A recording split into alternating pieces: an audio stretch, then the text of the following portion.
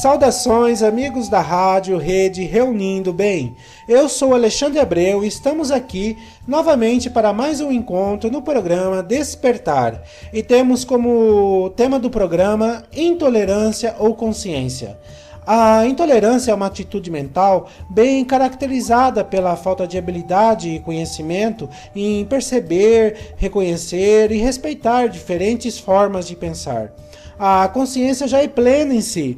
Quando iniciamos nossa caminhada em busca do autoconhecimento, através do estudo, da pesquisa, da meditação, oração e da contemplação, a consciência em seu despertar interno começa a se quietar e aprende a observar. Ela passa a não entrar ou participar mais em conflitos externos, pois percebe que tudo é ilusão, tudo é maia. Encontramos a intolerância presente em vários aspectos, quer sejam eles culturais, religiosos, filosóficos, raça, dentro do esporte e da política, por exemplo. A intolerância religiosa é uma das mais em evidência e vem acompanhando a história da humanidade desde sua origem. Na verdade, todos os grupos religiosos já passou por situações de intolerância em uma ou outra época. Por exemplo, a perseguição aos primeiros cristãos, depois vieram os tribunais da Inquisição Católica, tivemos também na Europa e na América do Norte a Inquisição Protestante. Tanto as duas foram responsáveis por milhares de mortes.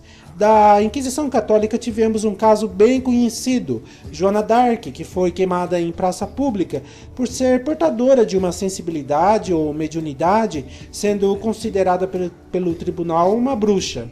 Na Inquisição Protestante, um exemplo também ocorreu na região de Massachusetts, onde houve o famoso episódio das bruxas de Salem, e várias adolescentes foram mortas. Para ambas inquisições, qualquer pessoa que tivesse conhecimento magístico, energético e curativo das plantas era considerada uma bruxa ou bruxo, que era passado por um tribunal e ali era sentenciada a pena. Hoje, nossos fitoterapeutas, com certeza, naquela época seriam considerados bruxos ou bruxas. Há quem se sinta atraído em pesquisar e conhecer mais sobre essas duas inquisições. Temos vários estudos de historiadores muito interessantes. As duas inquisições, tanto a católica como a protestante, tinham objetivos ideológicos e econômicos, e suas atividades variavam conforme sua época. E temos no século XIX, exatamente no dia 9 de outubro de 1861, em Barcelona, onde foram queimados em praça pública, sob ordem de um bispo, 300 volumes de diversas obras de Allan Kardec, pedagogo e codificador do Espiritismo. Já no século passado e neste atual, há muitos relatos e casos de grupos, templos umbandistas, do candomblé, que foram e estão sendo vítimas da intolerância e do fanatismo. Casos de depredação, quebra de imagens, ataques verbais, numa atitude de completo desequilíbrio emocional e psíquico. Igrejas da instituição católica estão também sendo vítimas dessa intolerância. Em alguns casos, até durante os seus cultos e missas, estão entrando e quebrando imagens. A palavra tolerância ainda nos é necessária, porque o dia em que a consciência e o despertar, vibrar e ser mais forte, predominante em nosso planeta, vivenciaremos o que é realmente o respeito à diversidade, e provavelmente nem religião existirá. Existirá o respeito, a cooperação e a união. Como disse em outro programa, o Criador já nos deixou explícito nos dedos das nossas mãos, através das digitais, de que não há digitais semelhantes uma à outra. Estamos unidos em essência, mas somos seres interdependentes. Uma das estratégias das forças involutivas que ainda predomina e mantém o controle é justamente esse: criar divisão, generalizar as diversas formas de interpretação dos respectivos livros sagrados desta ou de determinada religião.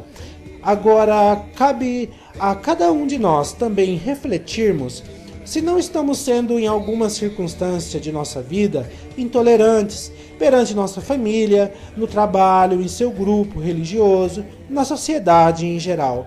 Se nós conseguirmos identificar dentro de nosso ser esta intolerância, este muro que nos separa da consciência e do despertar, e aceitarmos perante nós estas limitações, há terapias que podem nos auxiliar no domínio e equilíbrio dessas emoções, como os florais, a aromaterapia, o reiki, a psicanálise principalmente.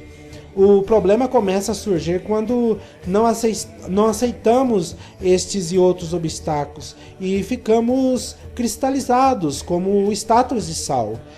Me referi aos ataques de intolerância de algumas pessoas ou grupos fundamentalistas cristãos por estar em evidência e ocorrer com mais frequência em nosso país.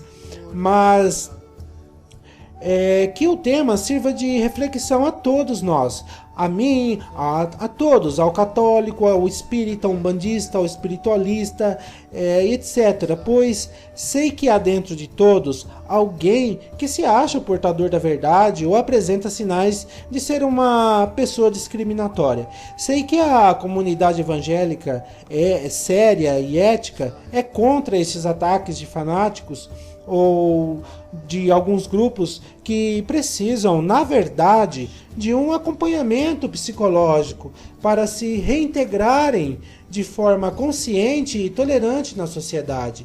Assim como a comunidade islâmica, que se sentem constrangidos e se manifestam totalmente contra os ataques terroristas. Estamos em um processo de transição planetária e se torna evidente as transformações, quer sejam climáticas, sociais, econômicas, filosóficas, científicas e tecnológicas. E esse processo se acelera a cada dia e não está havendo mais espaço para os velhos padrões. Podemos viver numa sociedade sem religião? Sim.